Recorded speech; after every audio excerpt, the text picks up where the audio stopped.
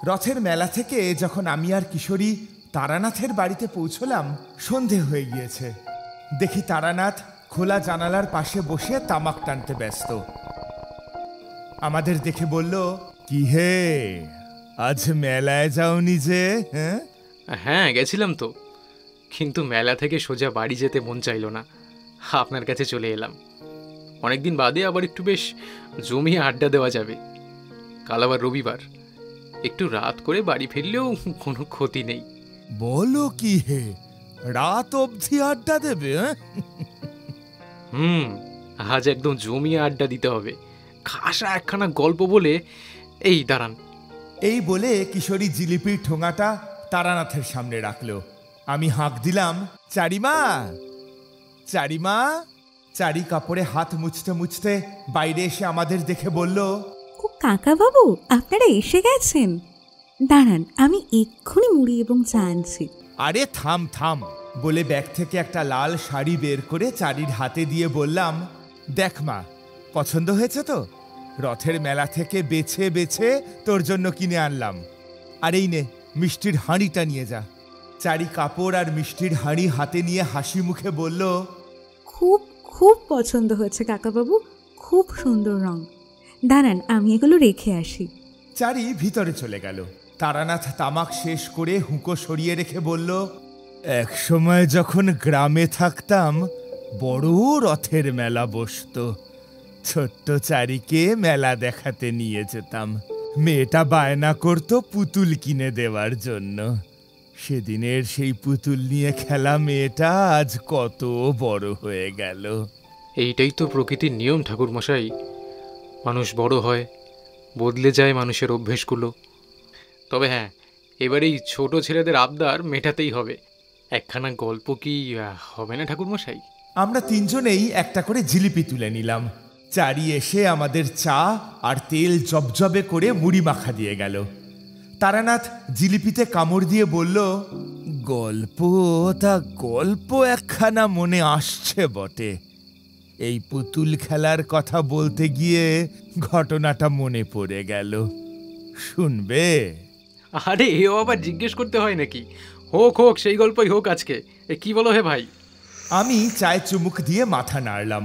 সে পুতুল হোক বা পিশাচ, তারানাথের গল্প মানেই একদম জমে ক্ষীর। আমি আর কিশোরী এক মুঠো করে মুড়ি মুখে পুরলাম। তারানাথ চায় চুমুক দিয়ে বলতে শুরু করলো, চারির বয়স তখন 4 কি 5 হবে। আমার জ্যোতিষগিরির পসার তখন বেশ ভালোই চলছে। একদিন আমারই এক বাল্যবন্ধু নাম হরিহর এলো আমার কাছে।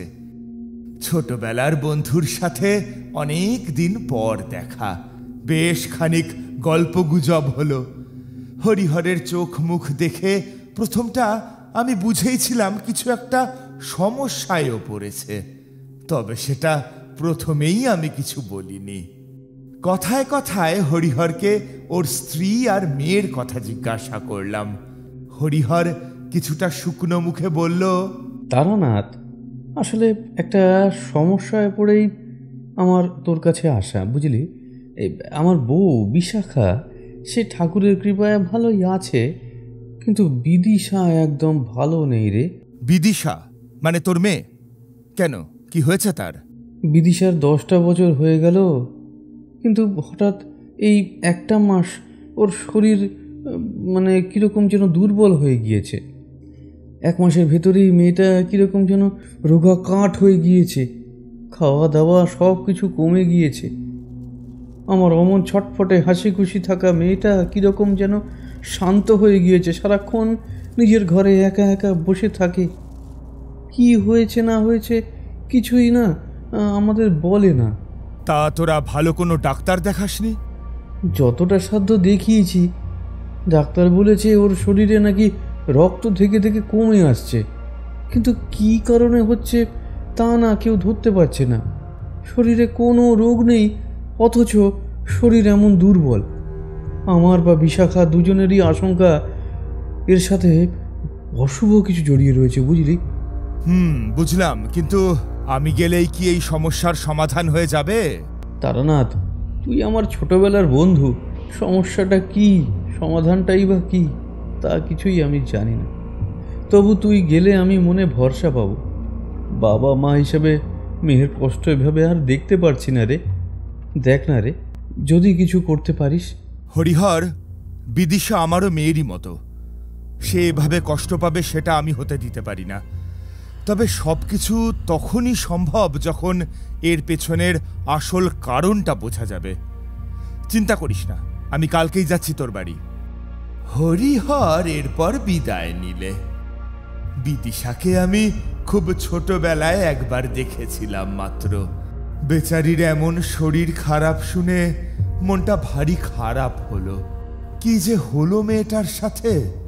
পরদিনই হরিহরের বাড়ি যাওয়ার তোড়জোড় শুরু করলাম। হরিহরের বাড়ি আমার গ্রাম থেকে 2 গ্রাম পরে। জলখাবার খেয়ে সকালে নিজের বাড়ি থেকে বেরিয়ে যখন হরিহরের বাড়ি পৌঁছলাম তখন দুপুর হয়ে গিয়েছে। হরিহরের গুড়ের ব্যবসায় সে বেশ ভালোই উন্নতি করেছে।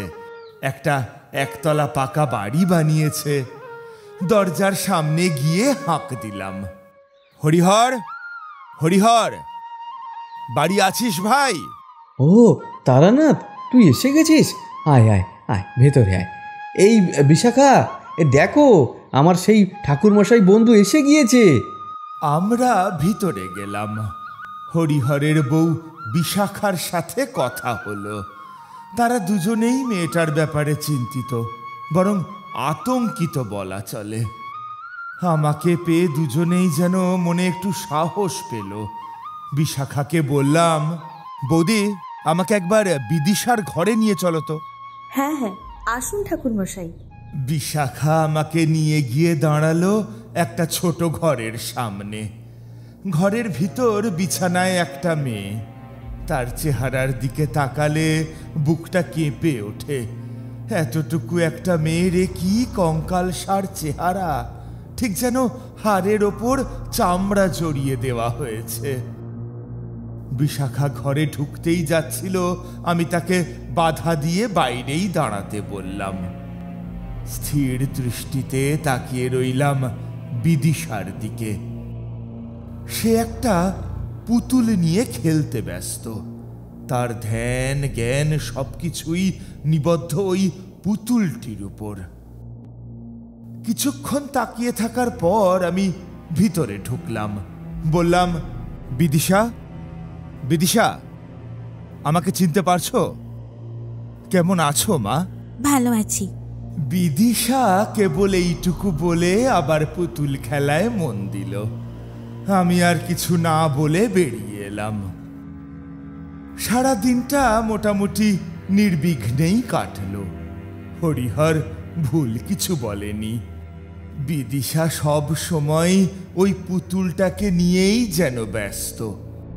বয়সোচিত চঞ্চলতা যা তার মধ্যে থাকার কথা, তার 1% যেন বিদিশার মধ্যে নেই। পুতুল, খেলনা এসব বাচ্চাদের ভালো লাগে ঠিক কথা, তাই বলে তারা তাদের স্বাভাবিক প্রবৃত্তিকে ভুলে যাবে এটা কখনোই হতে পারে না।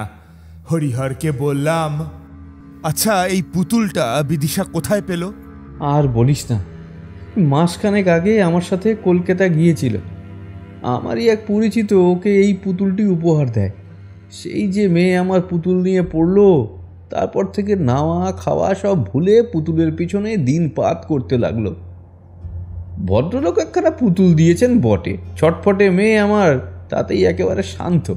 বটে, এমন কি আছে ওই পুতুলটার মধ্যে? দেখতে হচ্ছে তো। খাওয়া দাওয়া সেরে রাতে বিছানায় শুয়ে আছি। অনেকক্ষণ শুয়ে তবু যেন ঘুম আসছে না।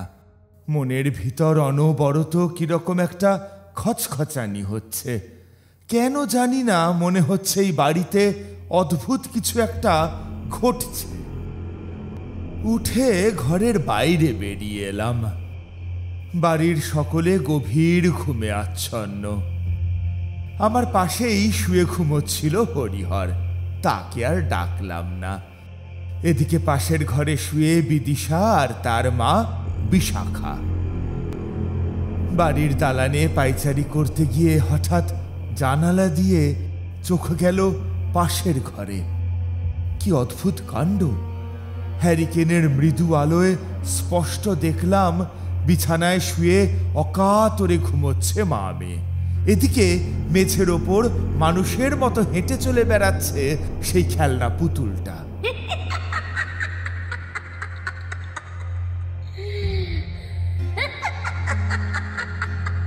পুতুলটার মুখের দিকে তাকিয়েই আমার বুকটা কেঁপে উঠল। পুতুলটার দুটো চোখ লাল হয়ে জ্বলছে, আর তার মুখে একটা ক্রূর হাসি। মুখে লেগে রয়েছে রক্ত। রুদ্ধশ্বাসে সবটা দেখে যেতে লাগলাম। পুতুলটি অবান্তর গোটা ঘরের মেঝেতে হেঁটে চলে বেড়াতে লাগলো। শেষটায় উঠে পড়ল বিছানায়, আর শান্ত শিশুর মতো শুয়ে পড়ল বিদিশার পাশে। নিভে এলো তার লাল চোখ, মিলিয়ে গেল তার মুখে লেগে থাকা রক্তের দাগ। এখন তাকে আর নির্জীব একটা খেলনা পুতুল ব্যতীত কিছুই মনে হচ্ছে না। আরো কিছুক্ষণ দাঁড়িয়ে থাকার পর আমি নিজের ঘরে ফিরে এলাম। এতটুকু বলে তারানাথ একটা সিগারেট ধরালো। কিশোরী বলল, আচ্ছা বিয়ে সেসব না হয় বুঝলাম, কিন্তু একটা খেলনা পুতুল কি করে নিজে থেকে হেঁটে চলে বেড়াতো? পারবে পারবে, সব বুঝতে পারবে, সবুর করো। তারানাথ সিগারেটে দুবার শুক টান দিল। আমি বললাম, আচ্ছা আপনি তো গোটা রাতটা থাকলে বুঝতেই পারতেন ওই পুতুলটা আসলে কি করছিল। তারানাথ মাথা নেড়ে বলল, ঠিক ভেবেছ, এই জিনিসটাই আমি করেছিলাম। পরদিন বিশাখা আর হরিহরকে বললাম, আচ্ছা হরিহর, তোর আর বৌদির যদি কোনো আপত্তি না থাকে তো আজকের রাতটা আমি জেগে কাটাতে চাই বিদিশার ঘরে। তোদের কোনো আপত্তি নেই তো? কেন? মানে তুই কি কিছু বুঝতে পেরেছিস? পুরোপুরি বুঝতে না পারলেও সন্দেহ একটা হচ্ছে, তবে সেটা নিশ্চিত না হওয়ার আগে দয়া করে আমাকে কিছু জিজ্ঞেস করিস না। আশা করি আজকের রাতটা কাটলেই আমার কাছে সবটা পরিষ্কার হয়ে যাবে। তবে হ্যাঁ বৌদি, তুমি বিদিশাকে ঘুম পাড়িয়ে তবেই ঘর ছেড়ে বেরোবে। ও যেন কোনোভাবেই জানতে না পারে যে আজ আমি থাকবো ওর ঘরে। আর ও ঘুমিয়ে গেলে পুতুলটা ওর কাছ থেকে নিয়ে পাশের টেবিলে রেখে দিও। কথা মতো সব কাজ হলো। রাতে মেয়েকে ঘুম পাড়িয়ে বিশাখা বেরিয়ে এলো। তবে আমি বিদিশার ঘরে ঢুকলাম না, বাইরে দাঁড়িয়ে রইলাম। জানালা দিয়ে মুখ বাড়িয়ে অপেক্ষা করতে লাগলাম সেটা দেখার জন্য যেটা আমি সন্দেহ করছি। বাড়ির সকলে ঘুমিয়ে পড়ল। আমি ঠায় জেগে সেদিকে তাকিয়ে রইলাম। রাত তখন বেশ গভীর। হঠাৎ ঘরের ভিতর একটা খসখস শব্দে আমার চোখ গেল ঘরের ভিতর সেই টেবিলটার দিকে, যেখানে রাখা সেই খেলনা পুতুলটা এবার উঠে দাঁড়িয়েছে। জ্বলছে তার লাল চোখ দুটো। আমি চুপচাপ দেখে যেতে লাগলাম কি হয়। পুতুলটা মেঝের ওপরে নেমে ধীরে ধীরে এগিয়ে গেল বিছানার দিকে, আর এক লাফে উঠে পড়ল বিছানার উপর। আস্তে আস্তে এগিয়ে গেল বিদিশার মাথার কাছে, আর তারপরেই যা দেখলাম তা এক কথায় ভয়াবহ। পুতুলের মুখ হাঁ হতেই বেরিয়ে এলো ধারালো দাঁত, আর তারপর সেটা বসে গেল বিদিশার গলা লক্ষ্য করে। পুতুলটা বিদিশার সমস্ত রক্ত শুষে খাচ্ছে, আর তার জন্যই এত সমস্যা। আর দেরি করা ঠিক হবে না। আমি ছুটে গেলাম ঘরের ভিতর। সঙ্গে রুদ্রাক্ষের মালা আগে থেকেই এনে রেখেছিলাম, সেটা ছুঁড়ে দিলাম বিদিশার ওপর। সাথে সাথে একটা নীলচে আলোর আভা ঘিরে ধরল বিদিশার শরীর, আর সেই পুতুল ছিটকে পড়ল মেঝেতে। বিদিশা তখনও গভীর ঘুমে আচ্ছন্ন। আস্তে আস্তে পুতুলটি উঠে দাঁড়ালো। তার চোখের আগুন ঝরানো দৃষ্টি আমার দিকেই নিবদ্ধ। তার গলা থেকে বেরিয়ে এলো একটা পৈশাচিক কণ্ঠস্বর। তোর এত বড় সাহস, তুই আমার কাছে বাধা দিস? তোকে তোকে তোকে আমি ছাড় কে কে তুমি? কি চাও? কেন ক্ষতি করছো এই ছোট্ট মেয়েটার? রক্ত চাই আমি, ওই কচি মেয়ের তাজা রক্ত। আমার আমার এত দিনের রক্ত তৃষ্ণা মিটিয়েছে, আমি ওর রক্ত খাবো।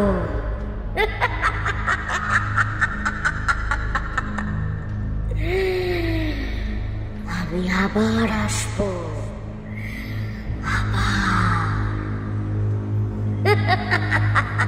এরপরেই পুতুলটা হঠাৎ নির্জীবের মতো পড়ে গেল মাটিতে।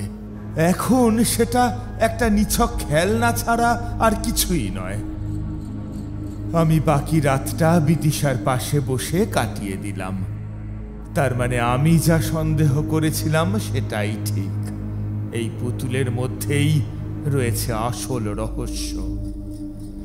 পরদিন সকালে হরিহরকে বললাম, তোর মেয়ের রোগের কারণ আমি পেয়ে গেছি।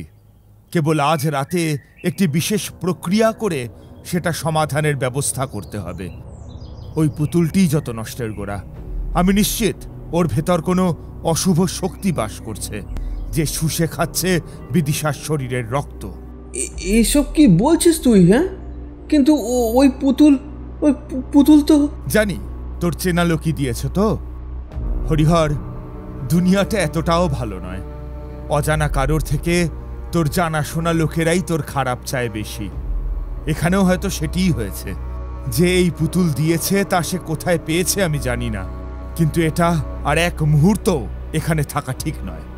আচ্ছা, যদি তাই হয় তবে তো পুতুলটাকে এখনই শেষ করে দিলে হয়। তাতে বিশেষ লাভ হবে না। ওই পুতুলকে তখনই পর্যুদস্ত করতে হবে যখন ওর মধ্যে ওই আত্মা আশ্রয় নেবে, আর সেটা রাতের বেলা ছাড়া সম্ভব নয়।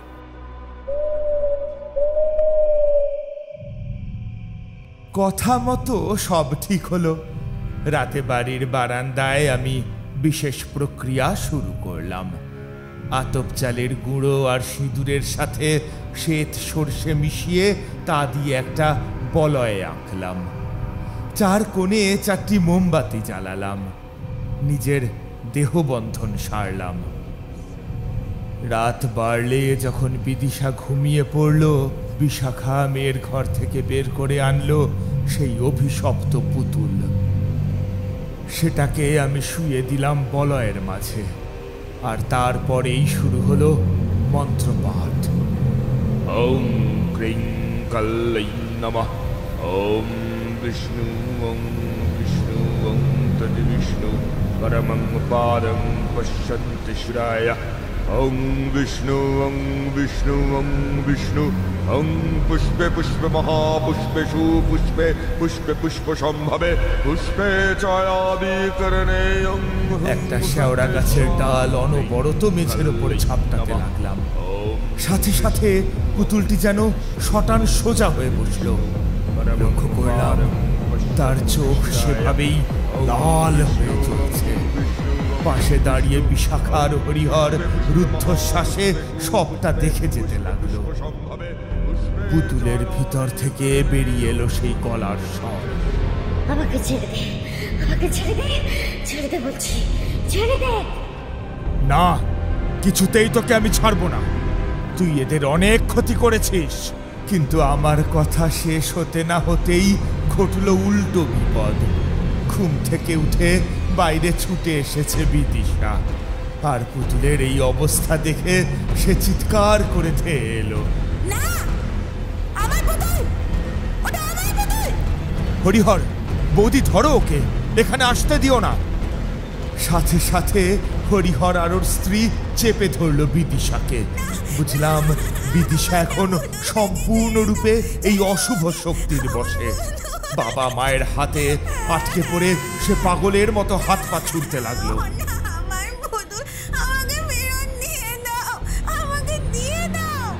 আমি আর কোনো উপায় না দেখে শেষটায় স্তম্ভন ক্রিয়ার প্রয়োগ করলাম বিদিশার উপর। বিদিশা শান্ত হলো। এবার পুতুলের পালা। একটা মাটির হাঁড়ির ভিতর হাত ঢুকিয়ে সেটা 3 বার ঘোরালাম। ওম কালিকে নমঃ, ওম হ্রিং শ্রীং ক্রিং পরমেশ্বরী কালিকে স্বাহা। তারপর মন্ত্র পড়তে পড়তে সেটা উপুর করে দিলাম। পুতুলটা হাড়ির ভিতর এসে পড়ল। তার মুখ একটা লাল কাপড়ে চেপে বন্ধ করে দিলাম। এদিকে বিদিশাও জ্ঞান হারিয়ে লুটিয়ে পড়েছে মায়ের কোলে। বুঝলাম এই অশুভ শক্তির খেলা শেষ। হাড়িটা হরিহরের হাতে তুলে দিয়ে বললাম, এটা নদীর জলে ভাসিয়ে দিস, আর চিন্তা করিস না, বিদিশা এখন বিপদমুক্ত। একটু খাওয়া দাওয়া করলেই আবার আগের মতো চাঙ্গা হয়ে যাবে। তারানাথ গল্প শেষ করে সিগারেট ছাইদানিতে গুজে দিল। কিশোরী অবাক হয়ে বলল, বাবারে, একটা পুতুল থেকে কত কিছু হয়ে গেল। ও কি আর যে সে পুতুল হে, ওটা অভিশপ্ত পুতুল। কিন্তু এই পুতুলটা দিয়েছিল কে? যেই দিয়ে থাক, সে মনে মনে হরিহরের ক্ষতি কামনাই করেছিল। সে কে কেন তা আমি জানি না, তবে এটুকু আমি নিশ্চিত, ঈশ্বর এমন পাপীদের কখনো ক্ষমা করেন না, কখনো না।